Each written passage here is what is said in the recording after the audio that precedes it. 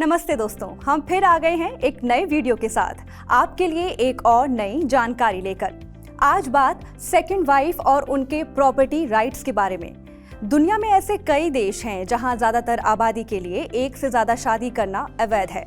इसी कड़ी में बात करें भारत की, तो यहाँ दूसरी पत्नी के प्रॉपर्टी राइट्स कुछ शर्तों के अधीन है। सेकंड वाइफ के प्रॉपर्टी राइट्स जैसे कॉम्प्लेक्स सब्जेक्ट और इससे जुड़े अक्सर पूछे जाने वाले लीगल क्वेश्चंस पर बेस्ड होगी हमारी आज की वीडियो। आज इस विषय के हर एस्पेक्ट्स पर हम आपको बेहतर तरीके से समझाने की कोशिश करेंगे। सबसे पहले यहाँ आपके लिए ये जानना जरूरी है कि अलग अलग धर्मों के लोगों पर अलग अलग सक्सेशन लॉज यानी उत्तराधिकार कानून लागू होते हैं।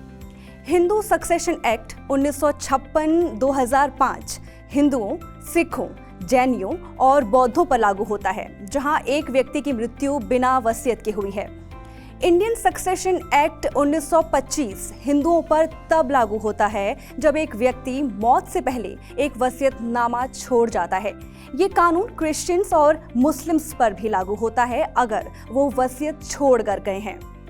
मुस्लिम पर्सनल लॉ शरीयत एप्लीकेशन एक्ट 1937 मुसलमानों पर तब लागू होता है जब एक व्यक्ति की मृत्यु बिना वसीयत छोड़े हो जाती है।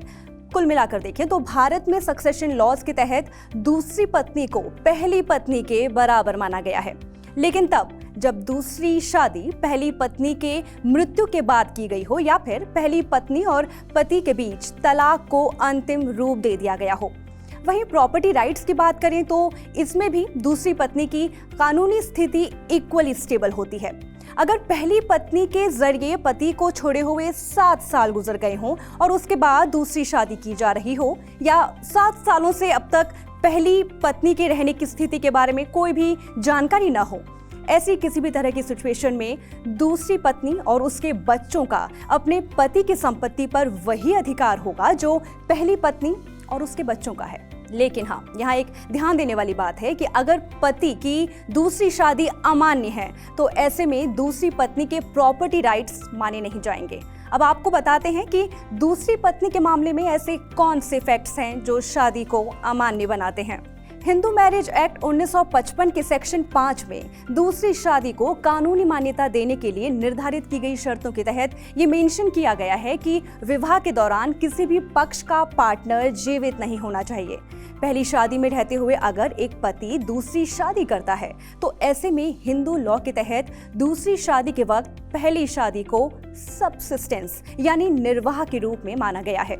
इसका यहाँ मतलब है कि दूसरी शादी के बाद भी पति पहली पत्नी से विवाहित रहता है।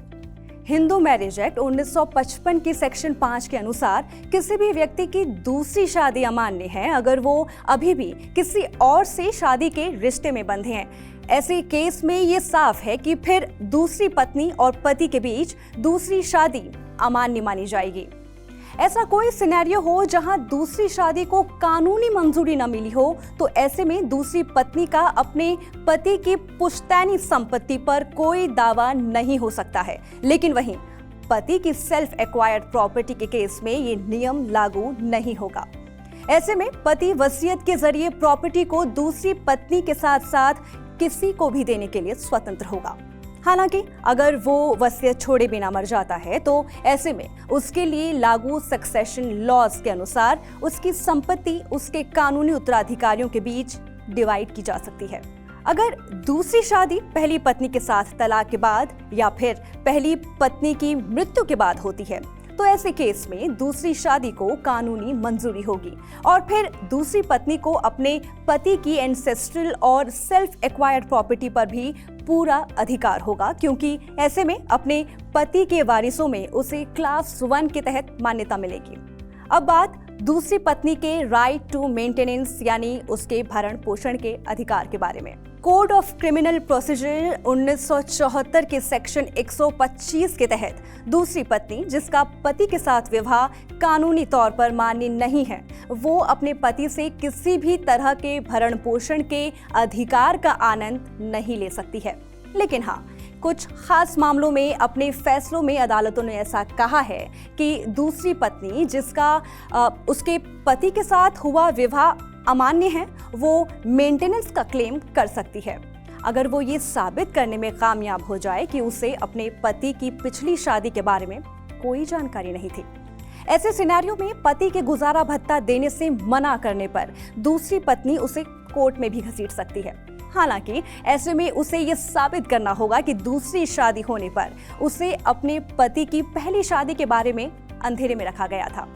अब आपको बताते हैं कि दूसरी शादी से हुए बच्चों के प्रॉपर्टी राइट्स के बारे में। दूसरी शादी चाहे वैध हो या मान्य, लेकिन दूसरी शादी से पैदा हुए बच्चों को अपने पिता की संपत्ति में पहली पत्नी के बच्चों के बराबर अधिकार होगा, क्योंकि हिंदू मैरिज एक्ट के सेक्शन 16 के तहत दूसरी शादी से पैदा हुए बच्चों को वैध माना गया है। कानून के तहत ऐसे बच्चे अपने पिता के कानूनी वारिसों की पहली श्रेणी में शामिल होंगे। वहीं पिता की मृत्यु की स्थिति में हिंदू सक्सेशन एक्ट 1956 के प्रोविजंस के अनुसार वो बच्चे संपत्ति के वारिस होंगे। भारत के सर्वोच्च न्यायालय का भी ये मानना है कि दूसरी शादी से पैदा हुए बच्चे अपने पिता की संपत्ति पर दावा कर सकते हैं, चाहे वैवाहिक संबंध अवैध ही क्यों ना हो। दूसरी शादी से पैदा हुए बच्चों को एंसेस्ट्रल प्रॉपर्टी को दूसरे क्लास 1 वारिसों के साथ साझा करना होगा।